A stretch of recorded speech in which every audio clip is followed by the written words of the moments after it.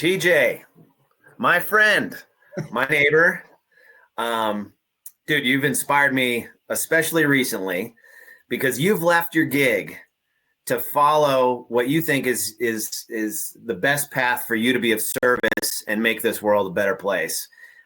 So I'm stoked to talk to you, and I'm really stoked for you to meet my good friend and business partner, Peter.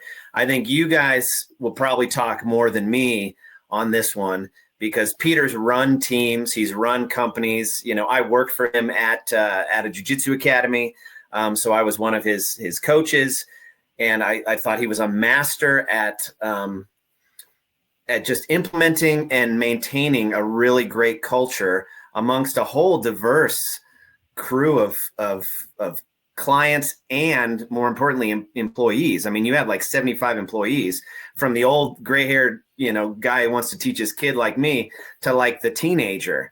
So I'm excited to hear you guys talk. But so TJ, dude, you're on your way to doing some epic, really important work. Give us the quick nitty-gritty. Give us the lowdown. Oh, man. Well, first of all, thanks for those words of encouragement. As I was just telling Peter before we hit record, this is brand new for me. I'm taking a huge leap, taking a chance on myself and this idea that my business partner and I have. So really appreciate the platform here and the opportunity to talk to you guys. So just a basic overview of the SLOG. The SLOG is a workplace wellness provider. We are looking for solutions to help companies and organizations get the most out of their people in terms of productivity, efficiency, retention, innovation, and creativity, all the things that businesses and organizations want to use as key indicators of high-performing teams. We want to help businesses get there, and we think that comes through doing the hard work of the SLOG. A SLOG is literally, by definition, working hard over a long period of time. And we feel like when it comes to workplace wellness, individual mental health, and greater organizational health, it's a lot of work. There's no magic silver bullet that's going to get you there. And we're just trying to challenge a little bit of the current paradigm in terms of what's out there for employees. Organizations tend to be looking for things that are going to drive engagement and connection to work, all physical health, but we're really focused on the mental health aspect because we think there is a very clear link between our workplace and our own mental health, and there's a lot of work that can be done from the cultural standpoint to help individuals with their own mental health. So that's where we're coming from. We could talk more as we go here. Well, that's amazing. That's awesome. Everybody knows that if they hate their job, they hate their life, right? I mean, that's a fair statement. And if they love their job, somehow their life is way, way better. I don't know, Peter, again, you're the man with this as far as I know. And I've known TJ for years, right? So TJ's smart. He's got a heart. And when we talk about our values, as friends, he inspires me to kind of stick to those values. And a few things that Peter taught me that will always stick in my mind is he said at one point I was struggling I was in a gig that was not in alignment with my values. And Peter said, "Are you making a resume or making your eulogy, right? Are you creating a resume or a eulogy?" And that just shifted everything for me. And you've had a few of those times, Peter, where you've really changed my mind or really helped me. So I don't know. Give me your 2 cents on Mr. Westfall here. Well, man, first of all, I'm super excited to talk to you. I feel like I'm going to learn so much about how I can do a better job and create a better environment for my teams and the people that I'm, in the position to lead right now. So to a certain extent, I'm going to try to be a little self-serving here and learn some stuff from you.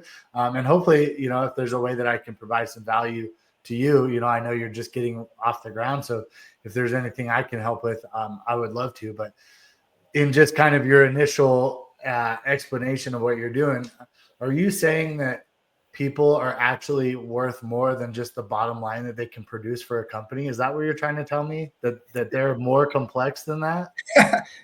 Obviously, Yeah. I'm being a little tongue in cheek here. Yeah, totally. Like I've been that cog in the wheel, and I've felt like just a number, and like it doesn't matter how happy I am or what else I'm doing in my life, what else is happening in my life. Like it's only the bottom line that counts, and that's a really, really bad place to try to live and build an existence outside of it. Like it just feels like a black hole, and you can't ever win that race, right? Like there's no amount of shareholder value you can produce where you no longer need to produce shareholder value. Like if you're in that climate and that culture, that's all it is. And so conversely, I've also got to be part of a team where they care about what I have going on at home. They care about what situation I'm in.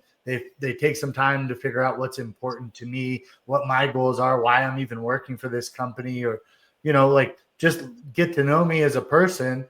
And I will run through a freaking wall for those people, like I will do whatever I can to, help the business, help them, whatever, because I feel like they're taking into consideration my best interest, and so I'm willing to reciprocate that. And I don't think I'm stumbling across some magic, revelation here. I think everybody's felt, a little bit of both sides of that kind of spectrum. But I'm excited to hear from you, I guess, like what made you want to start like diving into this? Was there a specific thing? Is it just kind of a lifetime of struggle? Like what was the catalyst that made you decide like enough is enough?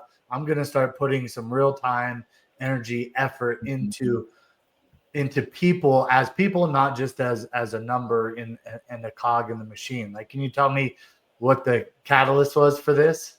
The catalyst was a healthy dose of cynicism, Nice. born of, decades of work experience across multiple industries. So I've worked in the restaurant business. I was in the military, the financial services sector. I sold cars for a time. I've done a lot of different things. Most recently, I've worked in local county government, private healthcare, and again, most recently working in the mental health space for a pretty big healthcare provider. And just over all that time, I'm not an expert at really anything, but I'm pretty good at recognizing, I think, when I'm not doing well in a role. I fancy myself a fairly self-aware person, and I just could see in my own outcomes that obviously my job was taking a toll on me, whatever it was. There isn't a job I listed that in some way didn't impact how I was doing otherwise. And when you were talking about, your engagement with your employees and all those things, the thought that kept running through my mind is work-life balance. And I think traditionally there's this concept of work-life balance being, well, you work this many hours and you play this many hours, and how do we find that delicate balance? And really what it's doing, it's creating a juxtaposition of our work self and our outside of work self. And to Chris's point, I don't think you can draw that distinction. They're so intertwined, so interconnected. We derive so much of our meaning, fulfillment, purpose, and ultimately our identity from the work we do, whatever that work is. Whether we're a widget maker or a CEO of a Fortune 500 company, that job informs a lot of, just how we feel about ourselves, how our relationships are with others outside of work. You just can't separate the two. And so we're kind of challenging that work-life balance paradigm a little bit to say, hey, maybe it's more about the work-life relationship and the connectedness thereof. So that's one of the approaches we're taking. And I think that, again, that comes from our experience. Both my business partner and I have very diverse working experiences, multiple levels, multiple industries, and across the board, that work-life balance thing is just huge. Okay. Man, now I'm really intrigued. I'm gonna dive in here a little bit if that's okay. I agree. Work-life balance might be more of a myth, or maybe kind of something that gets in the way of people finding how to have a good relationship between their outside work and inside work, kind of those two personalities. I'm the type of person, like I'm I feel very grateful and lucky that I met my wife, and I love spending time with her. We do a lot of stuff outside of work. But were it not for her, I would be totally fine working 10 to 12 hours a day, every day on stuff that I enjoy. Right. Now, it doesn't mean I want to, be like digging in a ditch all day, every day. Like, I'm not saying that, right? Of course, but I don't have a problem pouring myself into things that I really enjoy doing. What I have a problem with is other people that are important to me have a problem with me pouring myself into, you know what I mean? Into the things that I enjoy. So my challenge isn't as much like, am I deriving meaning from my work and how do I feel when I go home? Like, I love what I do, but I have a really hard time turning it off. I can't just go home, and not think about the businesses that we're working on. I go on vacation. I love the first 2 days. And then I'm like, well, let's see, like, how can I like monetize some of this time? Well, I should interview some people and make a podcast, or I should whatever. Like, my brain just does not turn off. I just go, go, go. That's not always a virtue. I'm not like tooting my own horn here. It really gets in the way of my relationships, of my relationship with myself, where I'm like, am I only valuable to myself if I'm working? Does my wife only appreciate me because of the work I do? Or, really, ironically, she would appreciate me more if I did less work because I'd probably spend more time with her, So I don't necessarily have like a direct question, but this is one of the things that I've noticed in my own life. And so it seems like we have somebody who spent a lot of time thinking about this. I would love to just hear your thoughts on it. Maybe, any opinion or even, directions that you could give me, like some things for me to think about with this, because this is the biggest thing that I struggle with my relationships and with myself, is how to like define that for myself. Yeah. Well, what I'm hearing from you, Peter, is that I think you're doing what a lot of us, most of us, are looking to do, which is to find health in all things, right? And the relationship between our work and what drives us, what makes us money, what our status is, so to speak. That relationship affects everything else. So one of the core principles of the program we're building is helping people just understand that, like, as individuals, as human beings, we are products of the systems we're in. And by system, I mean our family unit. That's a system. Our workplace is obviously a system. The communities we live in, expanded out, our country, our social fabric as a country, our global presence, all of those things are systems that we're in. And we think that we're products of our systems, right? And so to say that, well, if I can, feel better about my work, then automatically everything's going to be great with my family, or vice versa. If I'm really connected to my family and happy, that's going to translate into work. And I just think, again, it's putting everything in little silos. And really what we need to do is be kind of conceptualizing that it's all connected. And balance, I've always said that balance is never a 50-50, scales type of deal where everything's equal. Sometimes it's like the yin and the yang. Sometimes there's things in our lives that are going to be more important to focus on, such as work. Family may be a little less. Other times that's going to flip.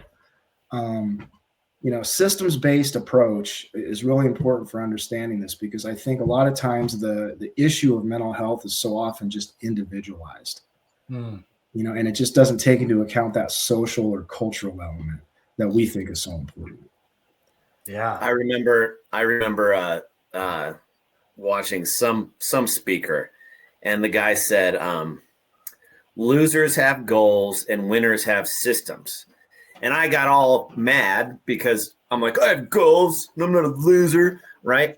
But the more I thought about it, he was trying to be outrageous a little and be extra blunt to stick out in the speech, but he was right to a significant degree, right? It's everybody has a goal of making more money. Well, where's the system to do so? Everybody has a goal of being more healthy. What's the system to do so?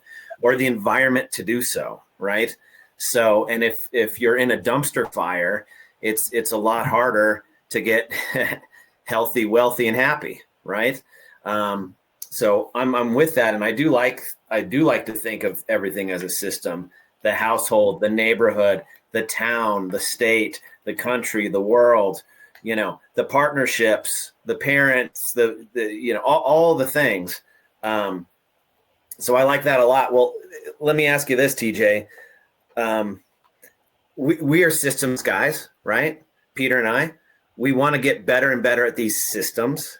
How do we do that? I mean, that's a really grand big picture question, but here we are, man. Give us some suggestions on honing our systems. Sure. Well, I'll lead out by saying that I'm with you. I'm trying to figure that out too, still. And you guys are aware of the growth mindset versus the fixed mindset. Growth mindset. You guys shared your values with me, and one of those values is we're constantly learning, right? We're that perpetual student mentality. I think the biggest message I can get across regarding that in particular is just understanding that, like, we're acknowledging that we're a product of our systems to a large degree. If we see ourselves as being able to control that system individually and say, this is how things are going to be in my family, in my workplace, on my team, whatever, we're missing, I think, an important element, which is the social component, right? It takes all of us. We're humans. We're social creatures, right? We tend to not do well when we try to do things on our own. And I think oftentimes we're missing an opportunity to leverage the power of our systems, because within those systems, you're going to have a diverse range of experience and thought.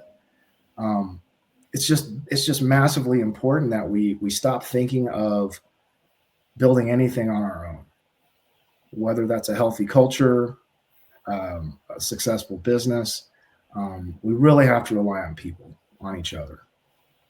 So let me throw this at you, TJ. We just had a big meeting, and we're doing the it's called Traction, right? And we've talked about this, the EOS system, and we've read Rocket Fuel and Traction. And so Peter and I, as owners of SprayNet, we sat everybody down, the maskers, the painters, the sales guys, him and me, and we articulated our values.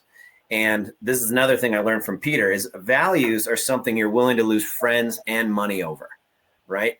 Otherwise, it's just empty jibber jab, right? So if somebody breaks our values, even if they're making us money, we're not going to participate in that relationship.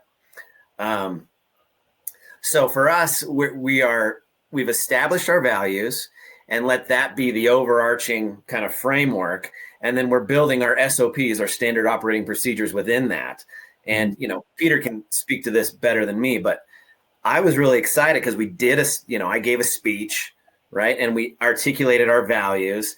And then now the whole team's slowly buying into these SOPs, right? And like you said, one of our values is Kaizen, right? The constant improvement, learning and improving, just like Mr. Honda, just like, great manufacturers and, great people embrace Kaizen. So we've articulated our values. We've started everybody submitting SOPs when they come up with one. They submit it in a video form. They submit it in a text, in an email, however they want to submit it. And we're starting to store those things. Peter, do you want to add anything? Because where I'm going with this is let's Kaizen the creation of systems, right? How do we better create these systems? And let's just narrow it down to the culture of a fancy painting company, right? SprayNet, with two sincere owners who've articulated our values. And I think we have 5 or 6 values, right?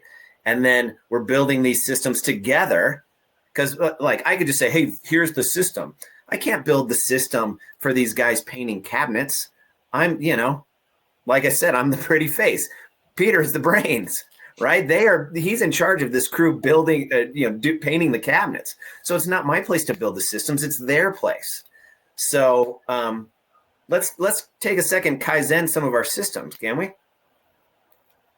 Yeah. So TJ, any questions about what he said so far? Like, is that all making sense to you? Are you kind of familiar with all of this? Okay, cool.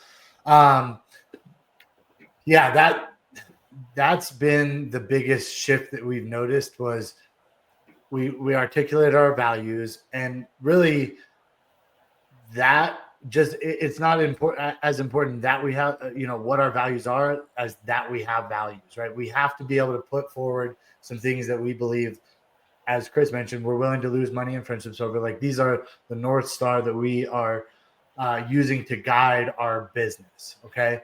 Then we also, one of the big things that we did was wrote out our accountability chart. And in that traction framework, the book Rocket Fuel talks about having the visionary, and then below them is the integrator. Below the integrator is all of the different seats. There's the finance and admin, there's the product, production, and then there's the sales and marketing seats. And so those will eventually all have managers. They'll report to me as the integrator, and then I report to Chris as the visionary. And so one of the things that has been really important to me is defining these seats as like, this is just what the person does if they're going to sit in this seat. So we're not building our business around people's skill set. We're building the seats, and then we're trying to find the right people for those seats. And typically people who are not good in those seats, they recognize that, and maybe they'll change. Maybe they'll just completely opt out. Like, I'm not really interested in working for you. But maybe they'll say, look, like, this isn't really where my skill set is. And maybe, like, could we find a different seat for me? And if they're not willing to have that conversation, then that's kind of my decision to say, like, hey, you're not really fitting in this seat. It's not, you fit our values. You're the right person, but you're not in the right seat. Like, maybe we can help move you to a different seat. And then beyond that, we're starting to systematize and write out the operating procedures for each of those seats.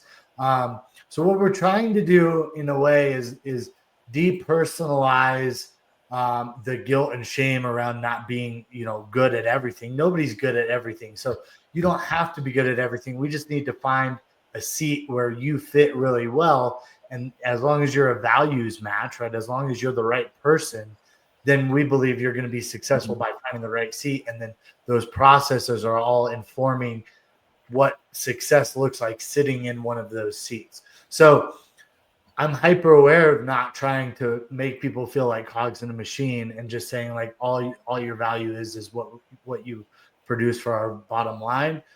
And I believe that we want to have a successful team. People enjoy being a part of a high performing team. And what that looks like is having the right people in the right seats, everybody getting to do what their kind of unique abilities are, and not forcing a square peg in a round hole. So that's been the process for us the last maybe 2 or 3 months. And I'm curious to hear anything that I've said that maybe sticks out to you for better or worse. Like, I'm totally open to being criticized here. I'm not perfect at this. I'm learning how to do all this. So I would love any feedback, especially, maybe constructive criticism on what we're doing. Like, I'm really excited to get better at this and help our business, and then maybe help other people. So what do you think?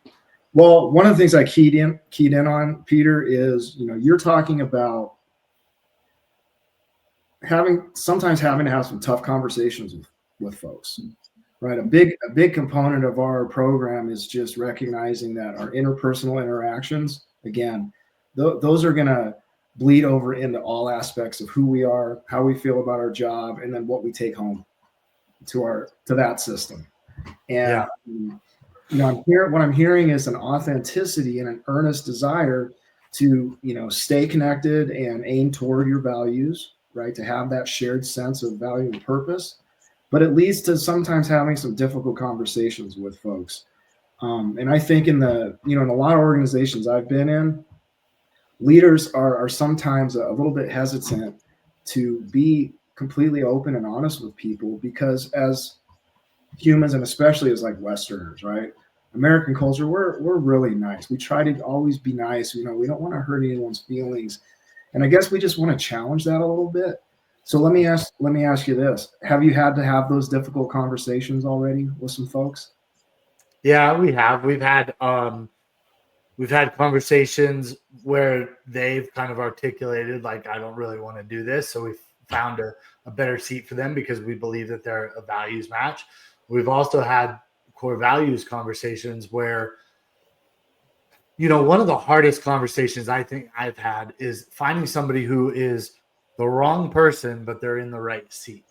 So right person is values, and then right seat is kind of like what they're good at and what they want to do, right? And if they're really good at a thing, but they're not a values match, that's really hard to sniff out, first of all, because they're doing such a good job. So it's not always obvious why they're not a values match. But one of the hardest things to do is criticize somebody for not living up to values that you haven't articulated. So it was on us to first write out these values and say, like, okay, there's no gray now. These are the things that are most important to us. Now, if you're the right person, you're in line with these values. If you're not in line with these values, then by definition, you're not the right person. So we've had to have those conversations. You're probably not the right person for our company. It wouldn't matter how good you are at the seat you're in. It wouldn't matter what other seat you decided to move to. That is a really, really hard conversation. But my opinion is that if you aren't willing to have that conversation, oftentimes what you'll end up noticing is that the people who are good cultural fits, and they live up to your values, they might leave because you're kind of spoiling the whole, one bad apple spoils the whole bunch. So it's necessary to prune off people who are not values matches. And the seat that I happen to be sitting in as the integrator, that really falls on my lap. And Chris is always happy when he doesn't have to have that conversation. That is one of the hardest parts of my job. And I don't take it lightly, but I do. It is very important to me that, because that's my role, that I fulfill that, dutifully, and that I'm fair to Chris and I'm fair to the rest of the team members by having that talk. So. Well, I love it. And I would just encourage you to keep doing that, right? Open and honest communication is just absolutely critical. Yeah. In business, sometimes you just have to do it. And so earlier I said, we're social creatures. We need each other. And one of the reasons I say that is, over the years, we figured out that we all have blind spots. We can't see our own stuff. Yeah. In our minds, individually, we're always, writing the story. And of course, at the center of the story is the hero, ourselves. Always. And sometimes that can create some dissonance when a boss says, hey, I'm looking at your numbers this month and I'm seeing a little bit of a tail off from last month. What's going on? Right now, that's starting to crack away at that armor I've built of my heroic persona. We need other people to identify and help us see our blind spots. And I think more importantly, we need to be not only willing, but have just an appetite to have people do that for us. Yeah. Hard to do, right? No one likes their ego to get to get punched, but it's just, it's fundamental to healthy interactions, is being open and honest. So when you're talking about having those conversations with folks, whether it's values or it's fit or both, you're modeling the behavior you want to see with everyone on your team. And as a leader, that's, you just can't put a price on how important that is. You're showing them by example that, hey, I'm going to be open and honest with you, and I expect the same back from you. Another thing I love is that you guys are very upfront with what your values are. You recognize that your values kind of inform what your culture is right at the outset. That's an overarching skeleton, if you will, that kind of holds everything together for your company. If people didn't know what the values were coming in, it wouldn't be fair, as you said, to expect them to share those values. So again, doing it at the outset, making sure those things are clearly communicated, I think sets a great precedent for folks as they continue working with you, is they know, hey, Peter's going to be brutally honest with me when I need it. But here's the thing I think that takes the culture to that next level is when Peter says, and I want you to do that for me too. Yeah. Sometimes I think as leaders, we need that, and perhaps maybe more than anyone. In an organizational hierarchy, I think the leaders have the most impact, right? We're turning the dials, we're setting the pace, we're the ones who are expecting results. we have to, show some humility in a sense that we're doing the same process too that we're asking others to do. So sounds like you guys are on a good path in that regard for sure. Hey, TJ, so I don't have a long work history. I've got a long history of starting businesses, right? But I don't have a long history of being an employee. And I've never been at an organization that has ever articulated their values until now, till Peter and I did it.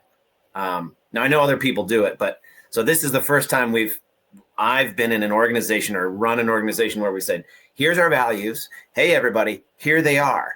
And we're willing to lose money and friendship over these. So if you're not down with these, then this is not going to work.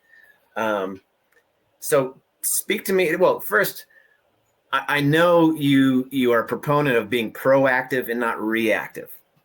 So are we being proactive enough? And is there any additional proactive steps we should be taking?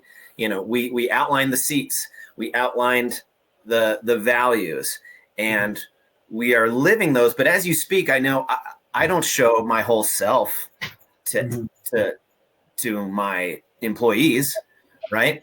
I don't show my struggles or my anger or my challenges openly to them because I want to be maybe a stoic leader, or I don't know. If you could just speak to ways we could proactively get ahead of this. I think we've already taken some major steps, at least for me. Just articulating them is a huge step, but give me some proactive versus reactive kind of a reality check here.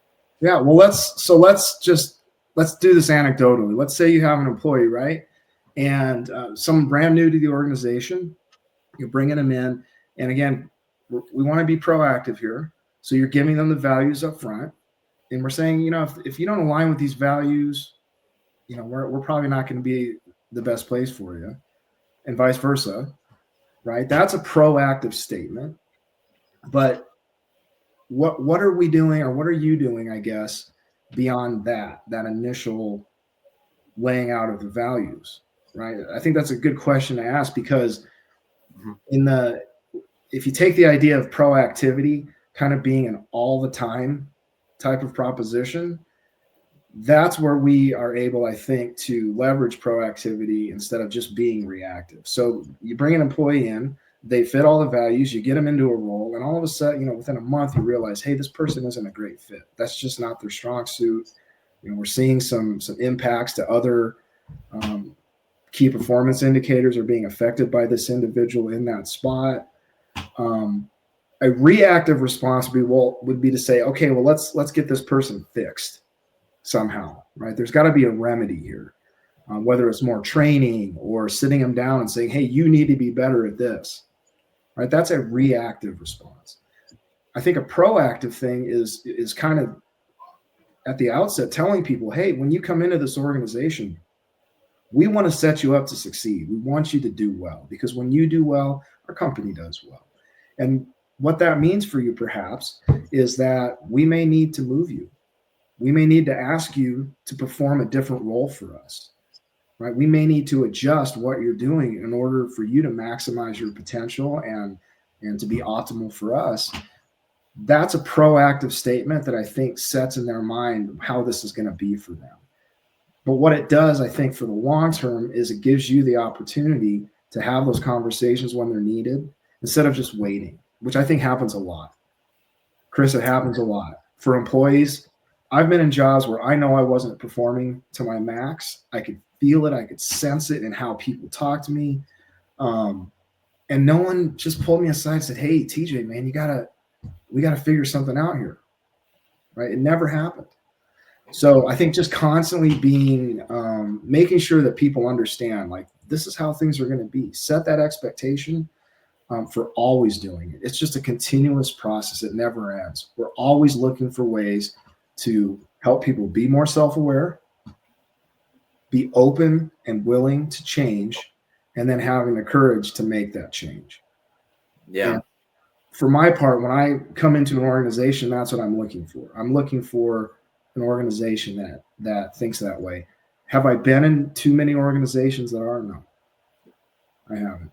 And that's why we're doing what we're doing at the SLOG, is we think everybody can be doing this.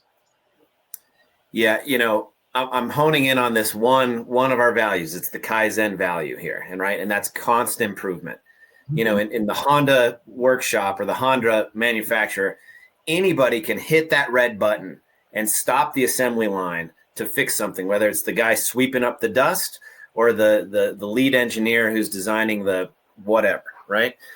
So we hope we have that established in our organization. And we've set up a few systems in place, right? So we have, like, for the painter, you can ascend from a taper to an assistant painter to a painter to a team lead. And there's things you have to learn and get signed off on, which is cool. And then we ask everybody if there's a chance to do an SOP, right? And there's something that we haven't trained you and you figured something out. Stop, do the SOP, type it out, shoot a little video, and we're giving, a reward. Best SOP of the month gets $100, right? We're trying to incentivize this. When they send an SOP, we're praising, right? And then a big one that's really worked for me to keep me sane was the 1-3-1 rule. So I was Mr. Fix-It guy. Oh, we got a problem, call Chris. Got a problem, call Chris. And then, or got a problem, call Peter. Got a problem, call Peter. So we did the 1-3-1. So if you got a problem, you call Peter or me, and I say, well, what's the 1-3-1? So 1, you state the problem. 2, you give us 3 of your best suggestions on how to solve that problem. And then the final step is tell us the 1 suggestion you would suggest.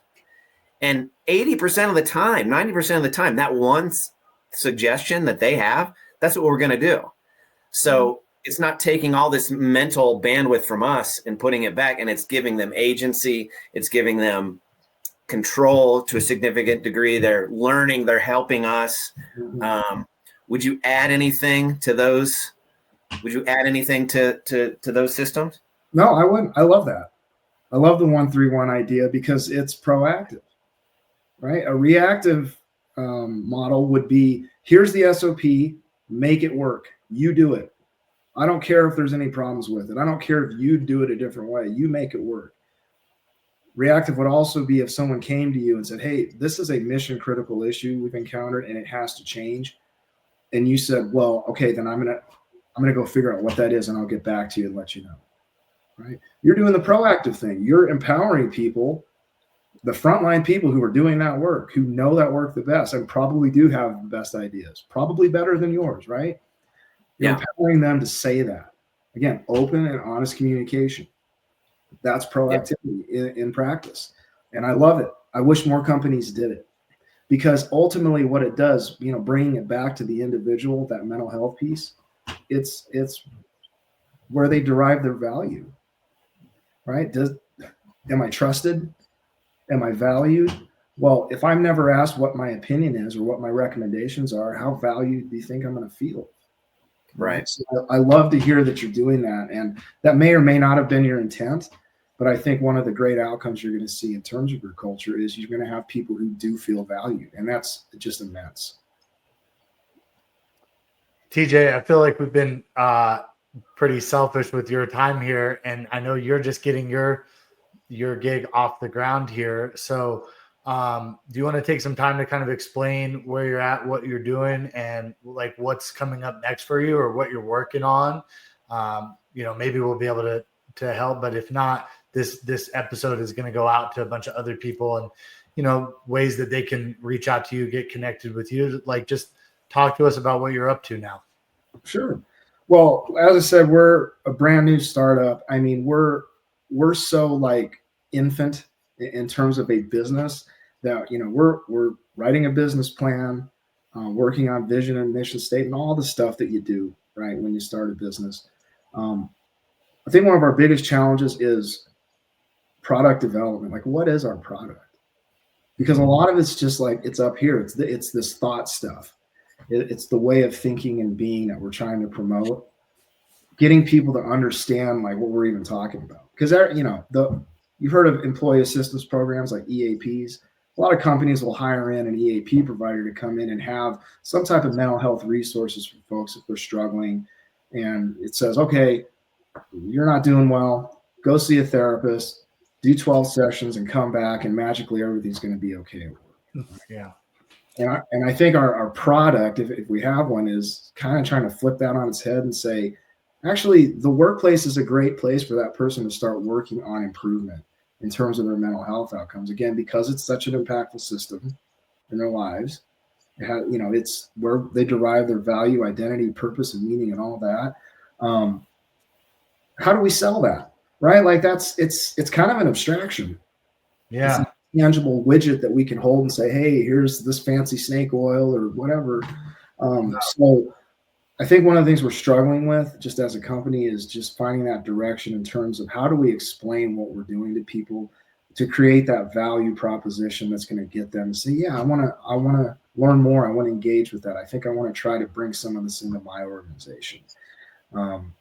All the other stuff I said we're working on, that stuff will come, right? The next couple of months are going to be just a firestorm of us getting websites up and social media content out and all that. When we get to that critical moment when someone says, well, what are you even offering? Maybe you guys have some insights on how we could describe that, based on what we've talked about today. Here's what I have. I'll tell you what we have. We're kind of telling people, hey, ultimately what we're selling is this idea that we as human beings need each other, and we can be more open and willing to change because that's what's needed. Anytime there's a problem, it's a problem-solving thing. Change is the solution to most problems. And it's the hardest thing for humans to do, right? Humans are really good at taking dissonance and just shoving it away, right? We have two competing ideas in our head. One belief that I have a new piece of information that butts up against that belief. I'm going to ignore that new information because it doesn't reinforce this belief I have, whether it's about myself, my job, or whatever. How do we package that and sell it? Well, go ahead. I'll tell you. I mean, you are a generation. You're Gen 2 of EAP, right? You are taking EAP and like you said, flipping it on its head. You are the guys that an ounce of prevention is worth a pound of cure, right? And what you are selling, you're a consultant. You're a high-end consulting company that's turning EAP upside down, and you are not waiting to reacting to mental health problems. You're creating the system of which people's mental health improves and thrives, right? And of course, that's going to have impacts on all the KPIs throughout an organization. Now, they could learn the hard way. And hey, some of us have to learn the hard way. Some of us, including me, have to touch the stove with our own hand to make sure it's hot. Right. And there are people, and we all do this too, that can learn from other folks' mistakes, other organizations' mistakes, and can get ahead of it before there's an issue, right? Before the turnover, the attrition rate is sky high, right? So my take on what you and your partner, because you're like the visionary, he's the clinician, so he's the dot the I, cross the T. He's got all that clinical experience. You've got the cross industry experience, and I think you're just a natural leader and a good speaker, and people like you, right? They want to connect with you. So that's a good 1-2 punch for any business, right? The visionary and the integrator, and the proof's in the pudding, right? So you go into an organization, whether it's big or small, and help them create that culture, culture and system. They're almost intertwined, right? So you're creating that cultural system, if you will, that where people want to work. They feel good about showing up. They feel supported and heard and important and valued, right? And not a cog in the wheel. And then what do you know? Now the KPIs that everybody's watching, that the top brass is watching, are improving. And they're having to train less people because less people are leaving, and so on and so on and so on. So that's what you're selling, man. So you're a high-end consulting firm that is turning EAPs upside down. Yeah. What do you think? Proactive consulting. I think oftentimes it's just too little too late, and that's what leads to the high turnover, and that's what leads to just the frustration and culture that you either get chewed up and spit out, or you have to like really, it's dogfight to the top. And that's great for the people that make it to the top, but so many people just get left along the wayside. And everything that when I'm hearing you talk, it's like it's so obvious how much you care, and what I think is going to be really, really important is for you to just get that message out to as many people as possible, right? Like the top of your funnel is just know, like, and trust you. And listening to you talk for 5 minutes, it's easy to trust you because it's obvious you know what you're talking about. So the more people that get to know you and get to like you and trust you, that's the top of the funnel. And as your funnel starts to narrow down, I think there's a bunch of different products that you can offer, whether it's, an online consulting business or it's in person, or I don't know if you've written a book already, but what I would start doing is finding like the top 10 problems people deal with. And then, maybe just get on social media and start engaging with people and have kind of reverse engineer your book with like individual posts, and then, maybe a blog or a newsletter where you're getting a little bit more long form ideas. And once these ideas start to solidify and you're really sure about your message, then you build it into chapters, you write a book, then you give out the free book as part of your seminar. You know what I mean? Like you can, there's a million ways that you can go about it. But I think what's most important for somebody in your position is to just get yourself out there. You know what I mean? And like, I know you're right in the infancy of the, of getting your business set up. I don't even know if you have social media and all that set up, but that's one of the things that we've done is we've decided to build a business around helping people like you who have a really powerful message, how to get that out there without you having to sit down for hours a day. You know what I mean? So when you're ready, we'll give you this hour of content and we'll give you some more content. If you wanted to record a couple other things, and we'll just give that to you and see how you like it. And if it works for you, great. And if not, like it's all good. But our whole goal with our Streamline Business Media is to help people who are running their business not have to spend all the time on social media. But there's no business that exists outside of social media at this point. So you have to do it. So we would love to help you, man. Like I think you're doing something really great in the world, and we would be happy to give you a little bit of, runway on our platform to get up and running. And let's just see what we can do together, because I think you have a great message, man. Well, awesome, man. Thank you. We will, with just, immense gratitude, absolutely take you up on that. We're both kind of middle-aged guys with not a ton of social media experience.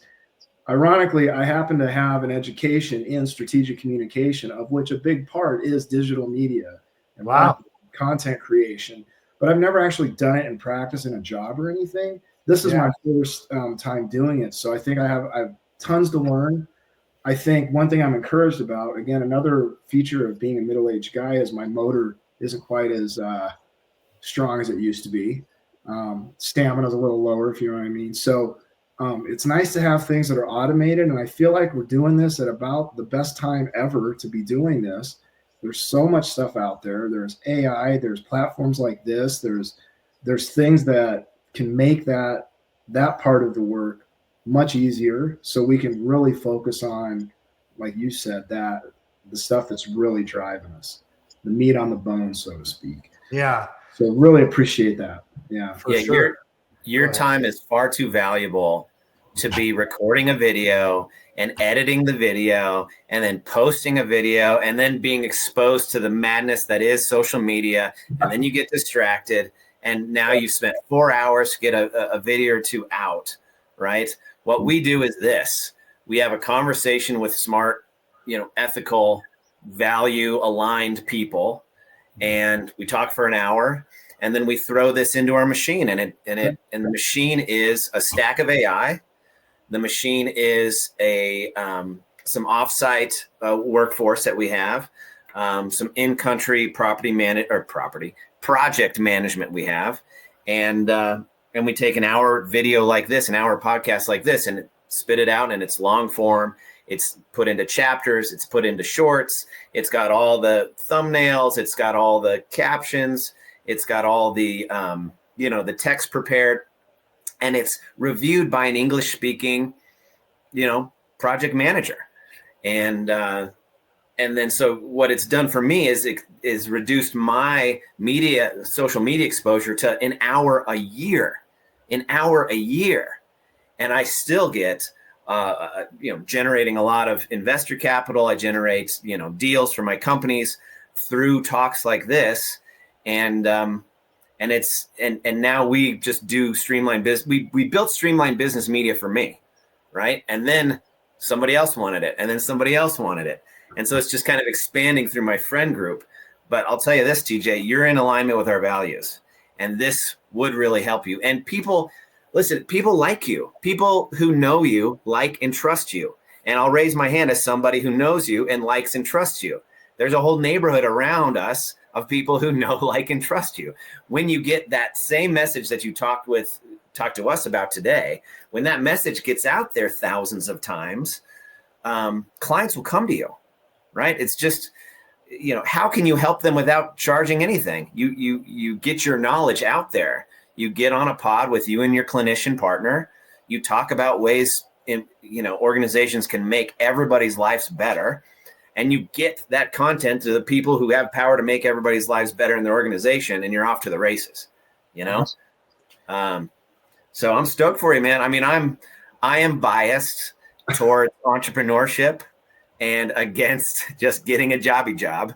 So I'm stoked for you, man. I think you're going to do very well. Just dig in.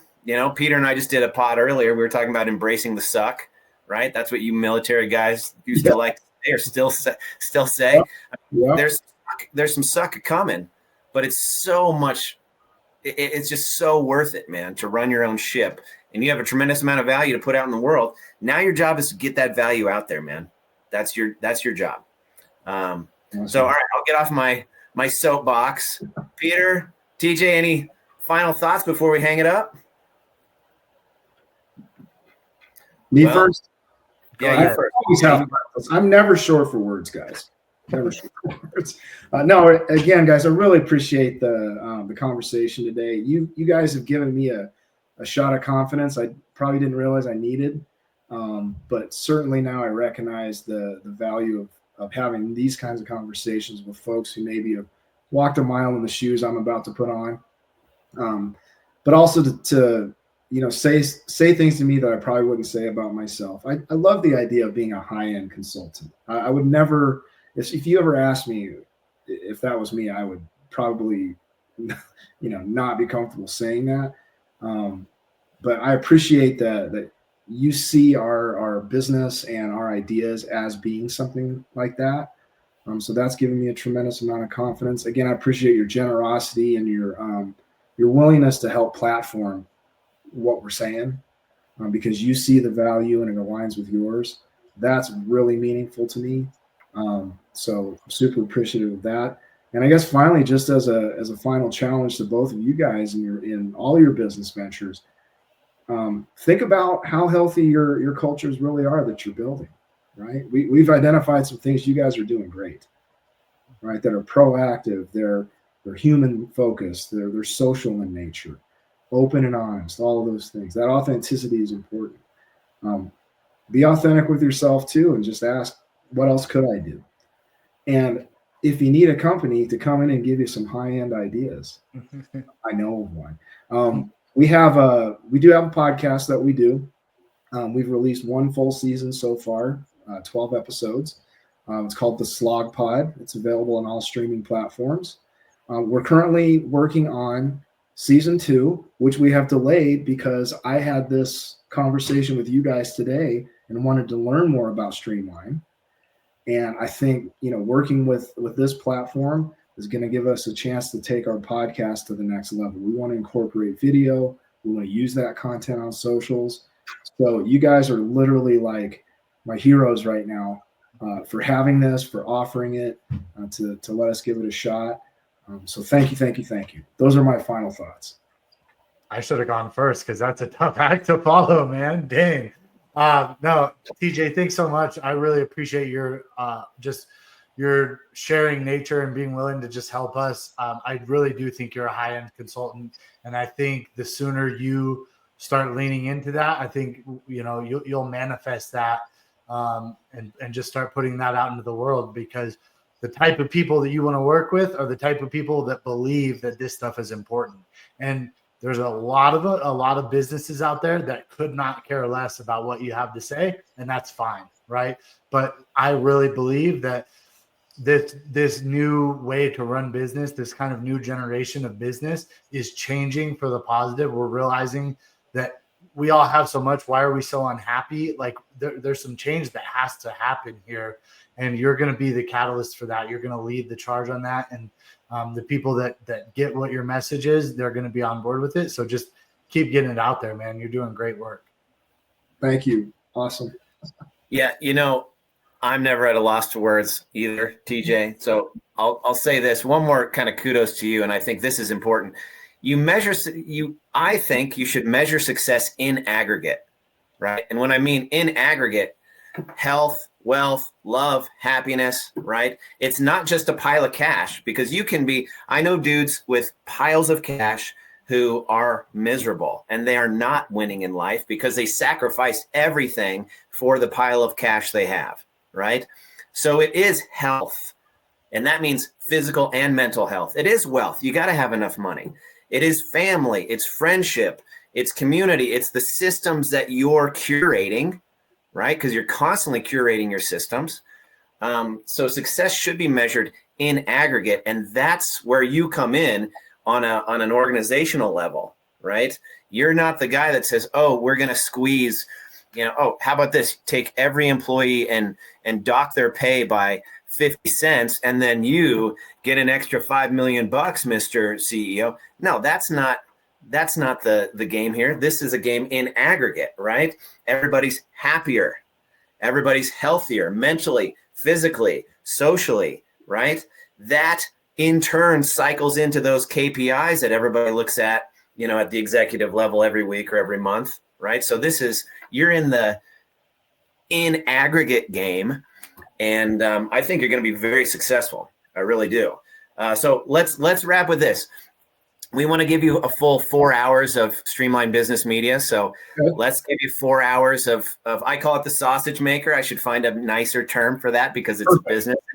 But, you shoot your content, you get that value in there, talking to your partner, the clinician, or talking to your clients, right? Putting that value out there. Let us take 4 hours of it and process it and give it to you. You'll have, 4 hours will probably yield you, over 100 videos to use. And we'll go from there, and we wish you all the best of luck. And we're going to have you on again. And dude, you're going to slay. That's what's going to happen. Mark my words. Awesome. Well, thanks again, guys. This has been great. And one more thing I'll say, the Kaizen today is strong. It's strong. I'm feeling re-energized and ready to go. So thank you so much. We have a rule in our company. It's an SOP. You're allowed to yell Kaizen and then anything after, Mike. So fill in the blank, but Kaizen, guys. Kaizen. Kaizen. See you guys.